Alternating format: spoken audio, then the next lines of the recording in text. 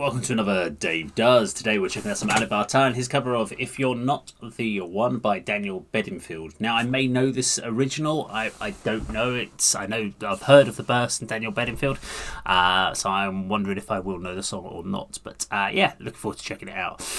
Usual blurbs are going to come across the bottom of the screen about subscribing, yada yada yada. There's all the details are in the description down below. But let's just get straight to this. I'll share my feedback at the end. Count it in 3, 2, 1, go.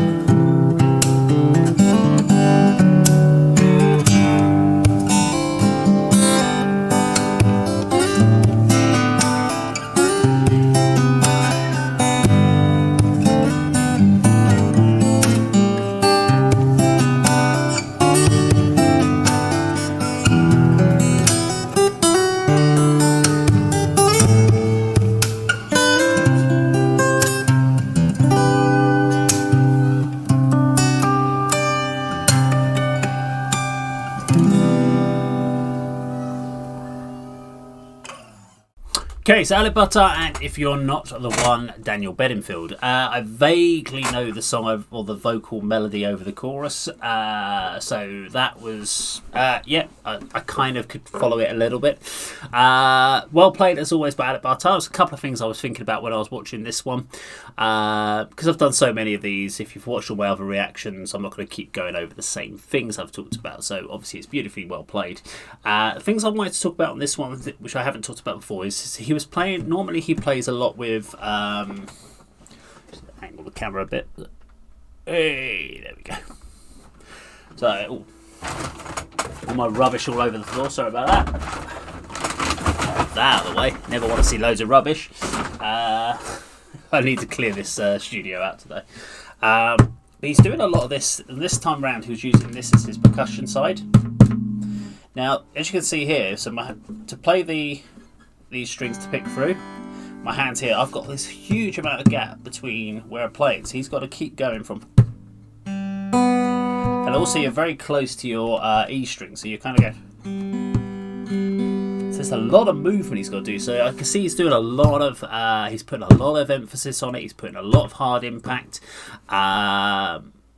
So I'm impressed, because I tried doing this the other day to sort of see how the tempo control versus playing. I couldn't do it. I found it easier to kind of do percussive hits by hitting the strings. So go. So as I came down on it, for instance, like a.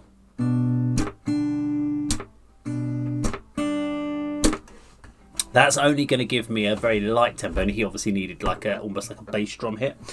The other thing I was trying to think out here was, where does he start when he's working on a collaboration or a cover like this? So I'll move the camera again. There we go. There's back to Freddie in the corner.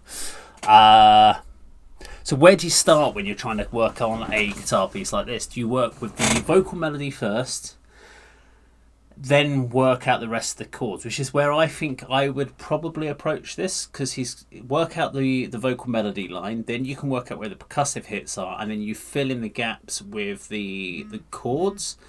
Because I think if you were to work out the guitar part, the rhythm guitar chord structure, you wouldn't have enough space to work out the lead line in it. So I think that's how he approaches it. I don't know. I've never been able to speak to Alip. I'd love to kind of have that dialogue to understand his processing. But if I was doing that collab, I would work out my lead line first, the vocal line, work out how that's going to work with percussives, and then wherever I've got spare moments, I'd work out those, either the flow through the chords or the bass line, whatever it needs to be to fill out to basically create the whole piece. And that's how I think he personally approaches it, but who knows. But lovely track, and I'm glad I checked it out. Now, if you like this video, please do subscribe, click the bell icon, like and share, and that of course is how Dave does it.